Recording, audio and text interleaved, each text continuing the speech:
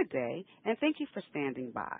Welcome to the Q2 Fiscal 2026 earnings discussion for Oil-Dri Corporation of America. At this time, all participants are on a listen-only mode. After the speaker's presentation, there'll be a question-and-answer session. If you'd like to ask a question during the session, you need to press star on one of your telephone. You will then hear an automatic message advising your hand is raised. To withdraw yourself from the queue, please press star one again.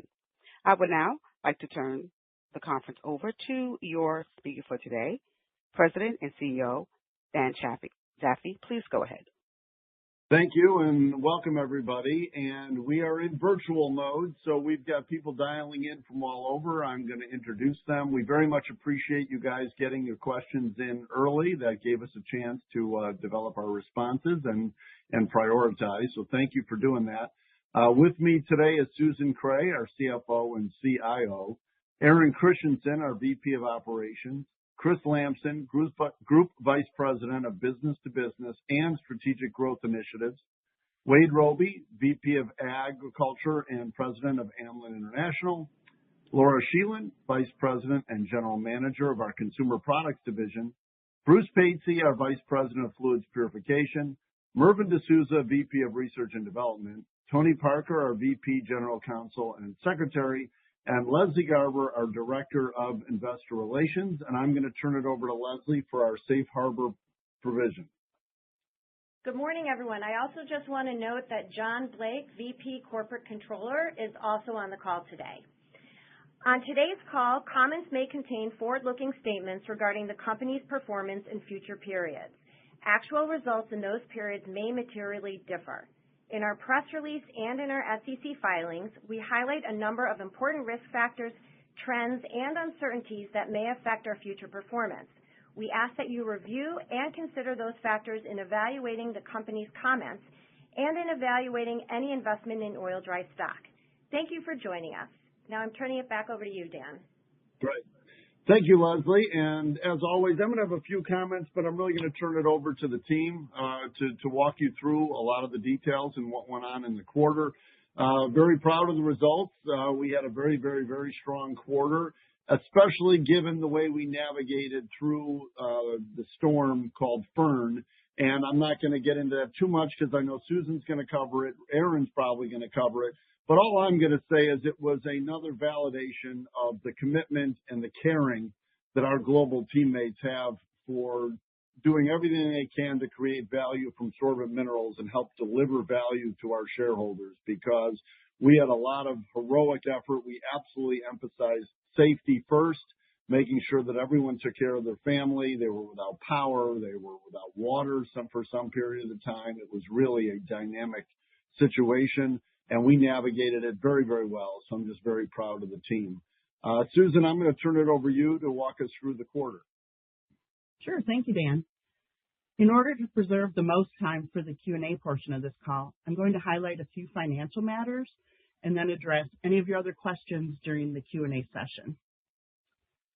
During our second fiscal quarter, Oil-Dri continued to deliver strong financial performance.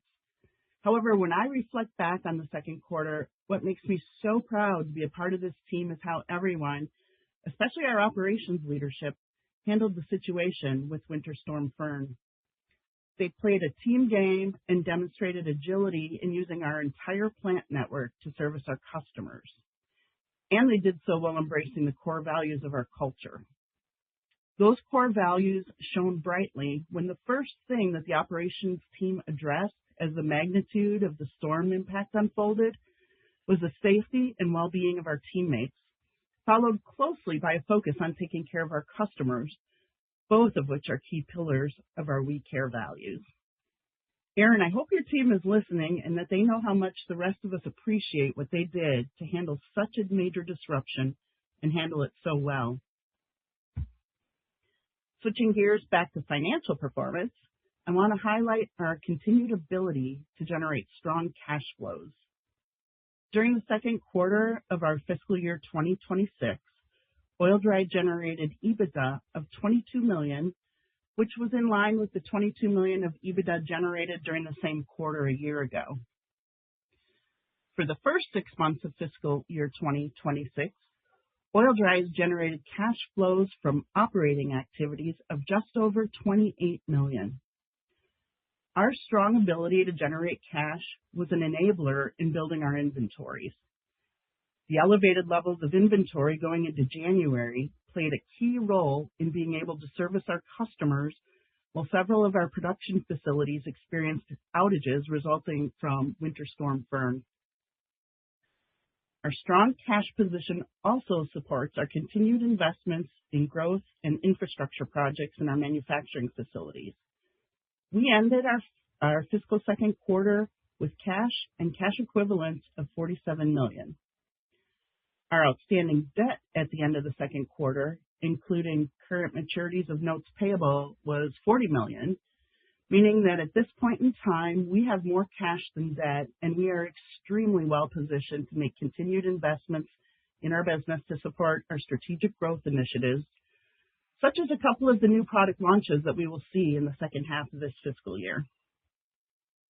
In summary, our strong financial performance and our strong cash position, coupled with our deep cultural values of being a team-based organization with a focus on our people and our customers, enabled our resiliency during a major weather-related disruption. And again, I'll take your questions during the Q&A if you have any specific accounting or financial questions. And with that, Dan, I will turn it back over to you. Okay, great. And before I open up to the Q&A, we had a great board meeting yesterday, and I wasn't being facetious when I said, look, the one constant, I've been doing this job since 1995, so I haven't been promoted in 31 years. But you've seen a lot of dynamic growth the last 3 to 5 years, and a lot of that was seeds that were planted maybe 3 years before that. And, for the fun of it, I was clicking on my app this morning, and if you look at our 1-year growth rate on the stock price is 36%. When I click to 2, it jumps to 88%. And when I click to 5, it jumps to 258%. And I am sincere in saying that is a direct result of the incredible work that our team does on a global basis every single day, led by the people you're hearing on this teleconference. So when you invest in Oil-Dri, you're investing in the team, and we have a phenomenal team. And I just want to thank them publicly for the incredible job they do. So Leslie, I'll turn it over to you now for the Q&A.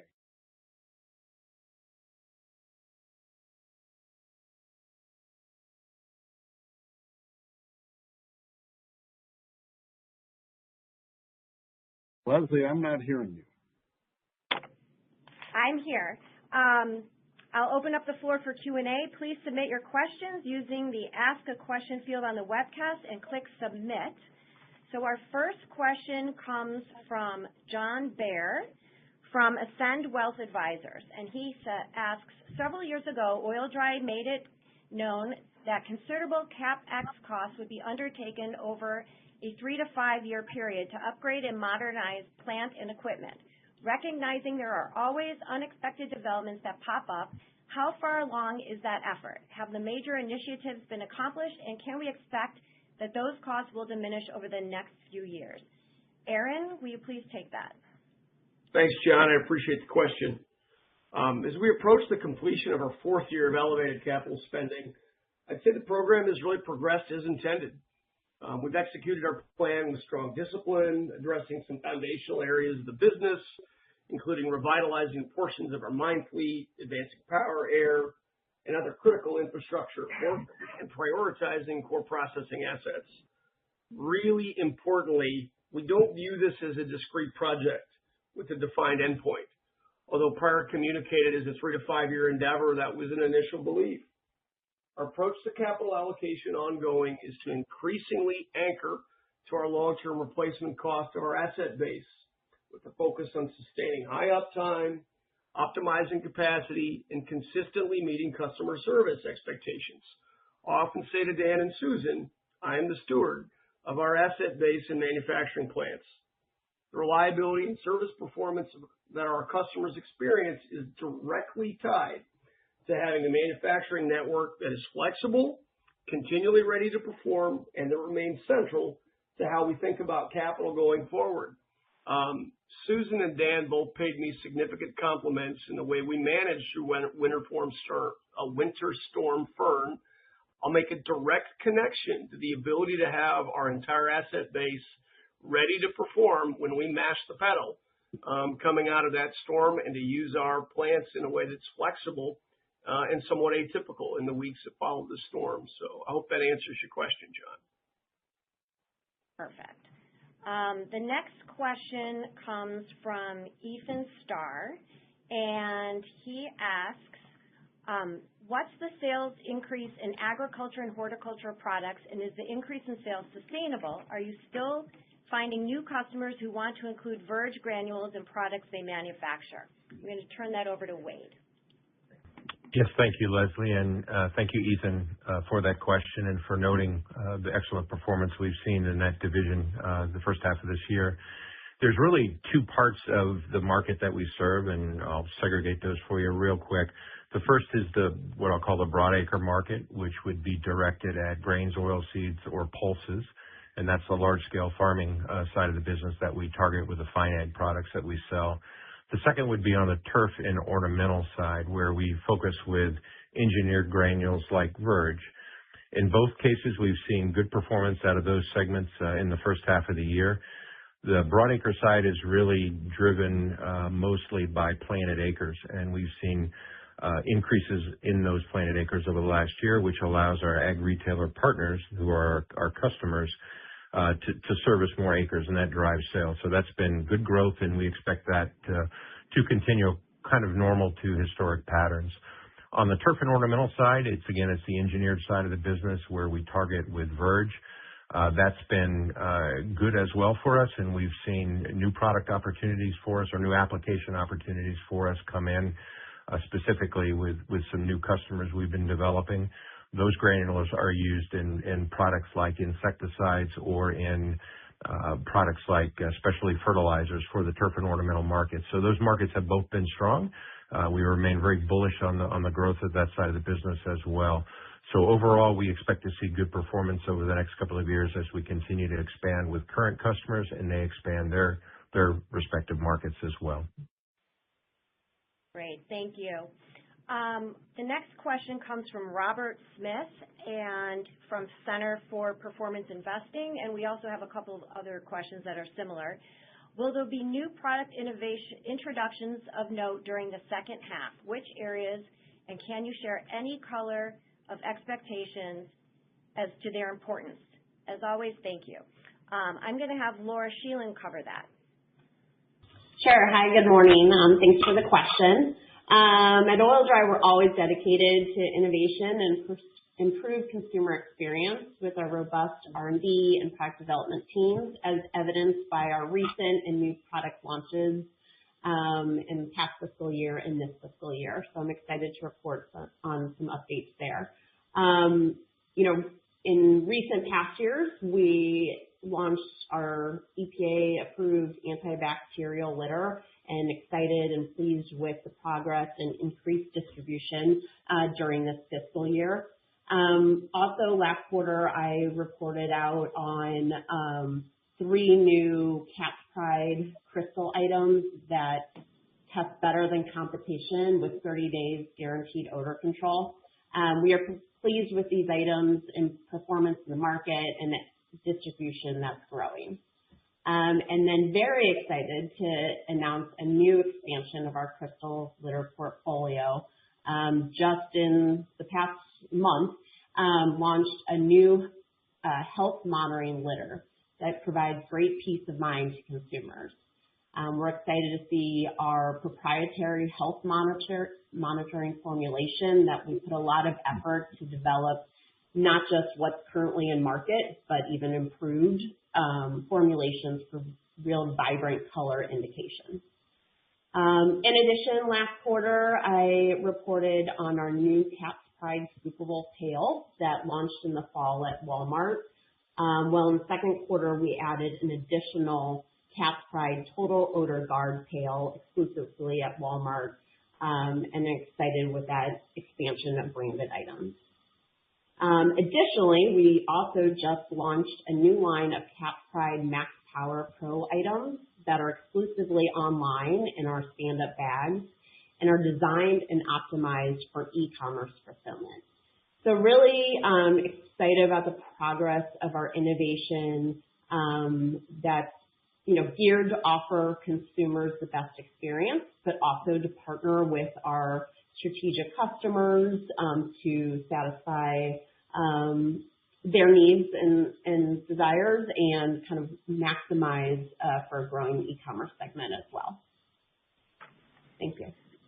Great, thanks. Next question comes from Hari Manikandan from Copeland Capital. Can you give more details on underlying drivers of weakening in renewable diesel sales? What are the bottlenecks in both the market and ADP? When can we expect that to reaccelerate?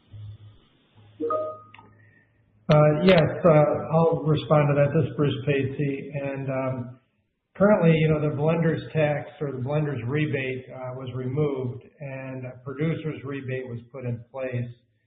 This caused a little disruption at some of the renewable customers and actually reduced production as they were trying to figure out how much money they would get back from the federal government. So we did see a slowdown.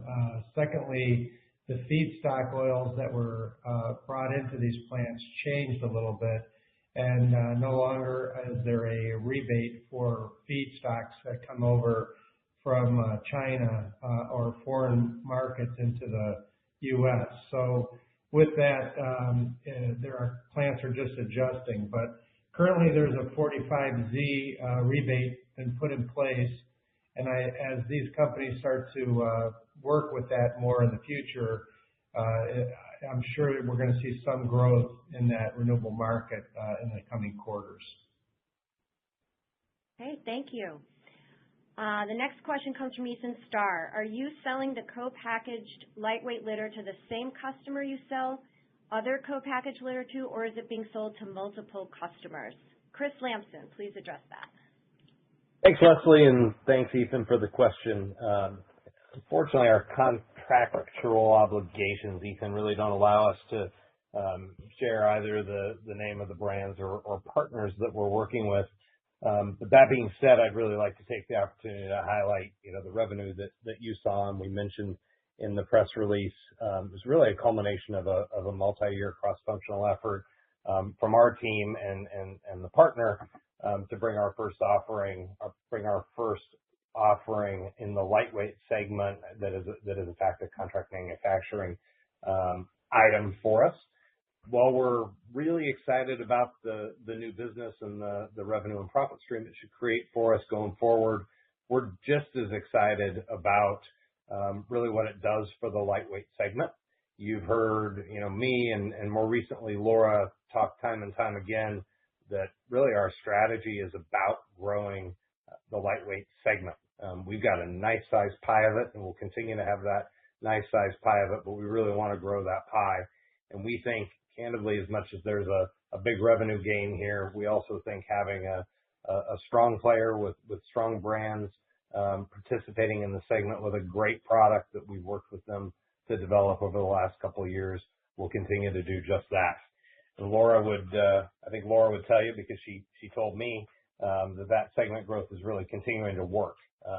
If you looked at Nielsen data, you'd see that growth rates in the lightweight segment are well ahead of the rest of the segment. In fact, it's the biggest driver of growth in total cat litter over the last year. So we're both pleased about the revenue, and we're pleased about the strategic impact this will make for us for a long time.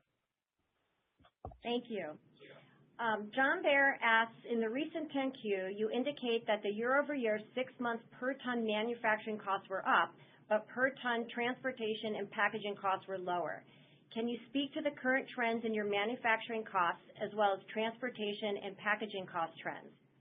Are the latter improvements due to your efficiency efforts or the macro environment? Aaron, will you please address that? Yeah, John, that's another thoughtful question. And there's a few elements in your question I'll try to unpack one at a time. Starting with manufacturing costs, the year-over-year comparison reflects a combination of timing and normal volatility with no real single underlying driver or trend. As both Susan and Dan and I already talked to, we experienced meaningful operational disruption late in the quarter from Winter Storm Fern, which included temporary production outages at multiple U.S. plants, which created some short-term fixed cost absorption pressure, as well as some variable costs that came with the event. In addition to the timing of the winter storm late in January, labor-related inputs, in particular benefits, continue to be an area of cost pressure for us, which is not uncommon in the industry. We've seen that flow through our results. I'll add here, our repair costs continue to stabilize, directly related to your prior question, and the ongoing reinvestment in capital into our asset base. Turning to transportation, we do operate in markets that naturally fluctuate. In recent periods, reflected a more balanced freight environment. That being said, we tend to view freight performance less through the lens of spot conditions and more through execution and how we take advantage of those spot conditions. I'll take a moment to thank, recognize, and acknowledge our freight and logistics team for the great work that they do to align the right carrier partnerships, network design, and operating discipline to consistently meet customer service expectations through our wildly high on-time performance that commonly exceeds 90%. Maintaining a strong on-time performance while managing freight costs requires daily coordination across the organization that remains a core operational focus for us regardless of those market conditions. We want to always be better than market conditions through our operational execution. On packaging input costs have been relatively stable overall, with offsetting pressures across different materials and sourcing categories, including tariffs. I will remind the audience here that a very large portion of our manufacturing or our packaging costs or packaging materials are domestically sourced. We're less exposed to tariff costs than many competitors. Our focus here is elsewhere is on structural capability, standardization, specification, diversification where appropriate, and supplier engagement and partnership. Rather than short-term commodity movements, we are focused on long-term strategy with the right partners. Those efforts help us manage variability over time, but we don't view them as eliminating exposure to broader cost dynamics. Overall, we continue to manage the business for reliability, service, and long-term operating resilience, recognizing that cost inputs will move differently across categories and time periods. Thanks, Aaron. So we have two questions regarding Amlin, one from Ethan Starr and one from Robert Smith. I'm just going to read one of them because Wade Roby will touch on both. Despite the rough quarter for Amlin, what progress are you making with Amlin, and do you expect sales growth for Amlin over the long term? Wade? Yes, thank you, Leslie, and thank you to both of you for that question. I appreciate the opportunity to address the performance in the first part of the year for Amlin. As was mentioned in the press release, we did lose a key account which has impacted our performance to date quite a bit, which is reflected in the numbers. This is really a function of the extraordinarily large size of the accounts that we target in many cases, really around the world, not just in the U.S. market, but in LATAM and in Asia Pacific as well. These accounts are really enormous in size. That benefits us greatly on the positive side when we gain a new account, but can hurt us on the downside if we lose an account, albeit temporarily. In this case, we did have an account loss early in the fiscal year, very early, in fact. And since then, we've been working very, very hard to recover that business with our distribution partner. They're actually the seller of the products to the account directly through our distribution network. The second thing we've been doing, which we always do, which is work to broaden the base of our customers. This has the best effect long term to mitigate the impact of any single account loss. So really, those two actions is what we've been focusing on. None of this in any way changes the outlook we have for the business or the excitement we have around these markets that we're targeting for oil dry. The animal nutrition, animal feed additive markets are very, very large. They're around the globe, as you know, and they tend to be high margin, high value markets. So we're continuing the strategy, continuing our approach, and are just working hard to recover the loss that we saw early in the year. Okay, thank you. Next question is from Robert Smith. From what you see now, what are the headwinds and tailwinds of the oil and gas situation? First, with respect to the fluids segment, and then corporate-wide. I'm thinking of sustainable aviation fuels, renewables, and then costs. I'm first going to have Bruce Patesy address that regarding renewable diesel and fluid purification, and then I'm going to turn it over to Aaron Christensen about costs. Bruce? Yes, thanks for the question.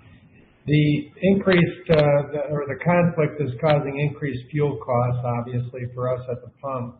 This also helps increase the margin for our end users that are using our products to make renewable diesel. So we are seeing a slight uptick in orders right now as they're trying to produce more oil to get out into the market. The tailwinds, I guess, for our end user in this case would be if this price stays up high for a long time, the suppliers of the feedstock oil are going to pass increases on to them, which will then affect and negatively impact their margins. But at this point, if it stays a 30, 60-day issue, I think we'll see an uptick with that business. So that's my answer. Thank you. Great. Aaron? And then Leslie, I'll speak to it from a cost perspective. Robert, I'll remind you and other investors that several years ago, Oil-Dri resumed the practice of forward buying a portion of our consumed natural gas. Very mathematically and algorithmically, we purchased strips of natural gas that buffer and dollar cost average our forward exposure. I deliberately continue to avoid the word hedge. We're not trying to beat the market. We're trying to dollar cost average over time and then buy our organization time to understand where prices are going, and then, where appropriate, pass those costs along in the marketplace as utility costs rise over a period of time. Periods like we're experiencing right now are the points in time that our current strategy provides me great comfort knowing that we're not exposed to substantial changes in cost short term. We have time to react as we see where prices go longer term. Thank you. Okay, we have one last question from Robert Smith. Are you already at work using artificial intelligence in the microbiology center to identify targets for new product development for your clay? Mervyn, I'll turn that over to you. Thanks, Leslie. Appreciate the question, Robert. I think we all know artificial intelligence has become a household term now that's impacting almost every walk of life, both with positive and negative outcomes. Across Oil-Dri and within the R&D team, as I've mentioned in the past, we have a very thoughtful and deliberate approach when it comes to the use of AI to drive us towards both increased efficiency and effectiveness. We're working on integrating both human and artificial intelligence into our day-to-day operations as they become relevant, both for new product development as well as for improving our existing products to deliver innovative solutions to our Oil-Dri customers. Wonderful.